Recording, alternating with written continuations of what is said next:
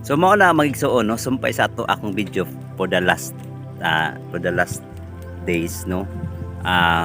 About sa kaning atong ginikanan sa una is wala gid sila naibaluan no sa about sa Biblia.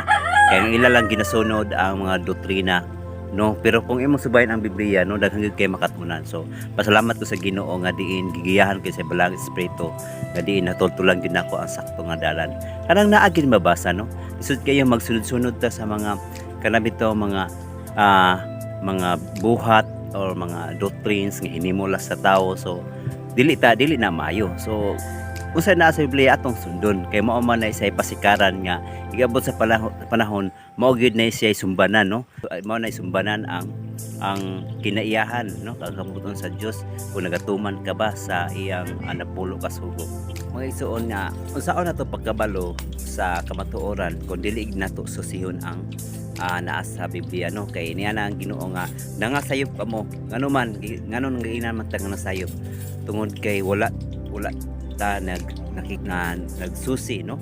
Niya naman sa Biblia sa Mateo nga igsuon na susihan ninyo ang kasulatan no aron gyud ta makabalo. So mao na nga yan ang Ginoo usapod, yan ang Ginoo nga bisan kuno ato mga katigulangan sa una for the sa panahon sa pagano sa Roma. So dito nausab ang kasuguan. So dito nibuto ang kasuguan no, nibuto na nausab ang kasuguan sa Ginoo. So from the time nga ginasunod na sa katiguangan kay sao na gud na may dakong persecution no sa unang sa panahon sa Roma no, pagkatawag sa Roma kay mao man ginahisgutan sa Biblia nga once nga mataw ang ikapat nga Roma mo nang gipuy-an sa kanang pagano karon. So mao dito nausab ang kasaguan o ang panahon sa Daniel City 25 wala ko na sa episode no.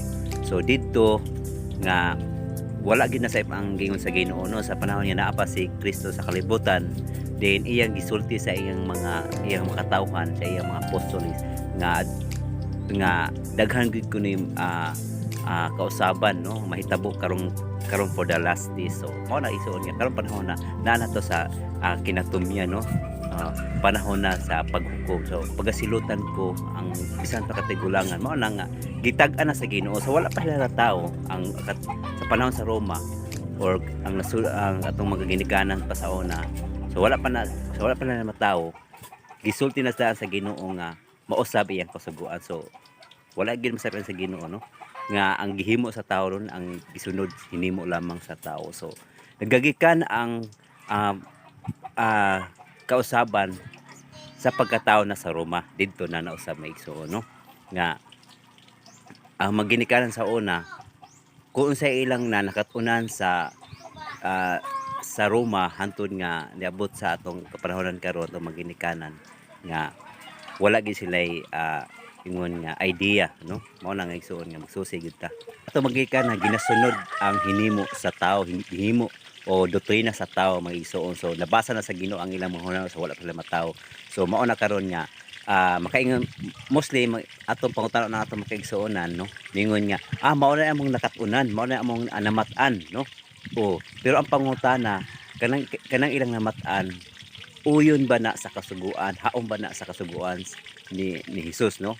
Pero dako kayong kalainan, dako kayong sayop na maigsuon kung magpadayon gud ta ni maigsuon no, nga padulong gud ni sa ingon pa sa Ginoo nga sa pinadayag nga panggawas ka mo aron dili ka mo maapil sa iyang kasuko no.